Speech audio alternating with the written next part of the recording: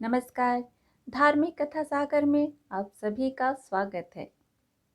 रक्षाबंधन के त्यौहार को भाई बहन के प्रेम का प्रतीक माना जाता है।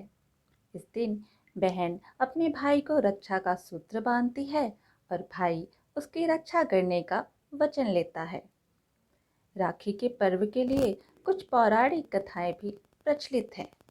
आज हम रक्षाबंधन पर दो कथाएं सुनाने जा रहे हैं। तो चलिए प्रारंभ करते हैं रक्षाबंधन की पहली कथा। महाभारत की कथा के अनुसार श्री कृष्ण जी ने द्रौपदी को अपनी बहन के रूप में स्वीकार किया था। जब भगवान श्री कृष्ण जी ने अपने सुदर्शन चक्र से शिशुपाल का वध किया, तब उनकी कनिष्ठा उंगली कट गई, जिससे भगवान श्री कृष्ण जी की उंगली से रक्त की धार बहने लगी। उस समय द्रौपदी ने अपनी साड़ी के पल्लू से एक टुकड़े को चीरकर श्री कृष्ण जी की उंगली पर बांध दिया। इसके बाद से ही श्री कृष्ण जी ने द्रौपदी को अपनी बहन के रूप में स्वीकार किया और हर संकट की परिस्थिति में उनकी रक्षा करने का वचन दिया। उसी वचन की वजह से भरी सभा में श्री कृष्ण जी ने द्रौपदी को दुर्योधन के द्वारा चीरहरण होने से बचाया था और उनके सतीत्व की रक्षा की थी। पौराणिक कथाओं के अनुसार दूसरी कथा इस प्रकार है। प्राचीन काल में जब राजा बलि अश्वमेध यज्ञ करा रहे थे, उस समय भगवान विष्णु जी ने राजा बलि को छलने के लिए वामन अवतार लिया और राजा बलि से 3 पग धरती दान में मांगी। उस समय राजा बलि ने सोचा कि यह ब्राह्मण 3 पग में भला कितनी जमीन नापेगा, और उन्होंने यह प्रस्ताव स्वीकार कर लिया।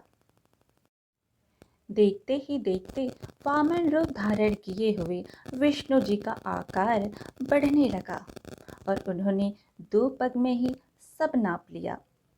उस समय तीसरे पग में राजा बलि ने स्वयं को ही सौंप दिया और विष्णु जी ने राजा बलि को पाताल लोक दे दिया। बलि के द्वारा वचन का पालन करने पर भगवान विष्णु जी ने अत्यंत खुश हुए। उन्होंने आग्रह किया कि राजा बलि उनसे कुछ वर मांगे। इसके बदले में बलि ने रात दिन भगवान को अपने सामने रहने का वचन मांग लिया।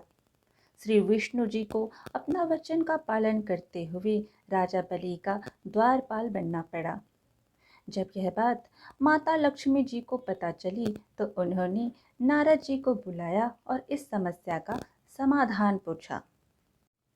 नारद जी ने उन्हें उपाय बताया कि आप राजा बलि को राखी बांधकर उन्हें अपना भाई बना लें और उपहार में अपने पति भगवान विष्णु जी को मांग लें।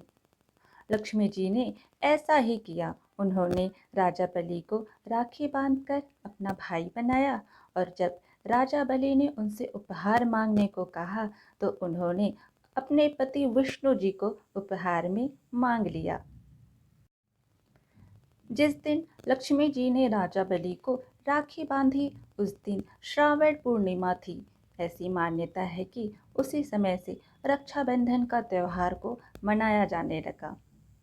इस प्रकार रक्षाबंधन का त्यौहार इन्हीं पौराणिक कथाओं की वजह से सदियों से चला आ रहा है और इसकी मान्यता बहुत खास है। तो इस प्रकार रक्षाबंधन की पौराणिक कथा यहीं समाप्त हुई। फिर मिलेंगे एक और धार्मिक कथा के साथ।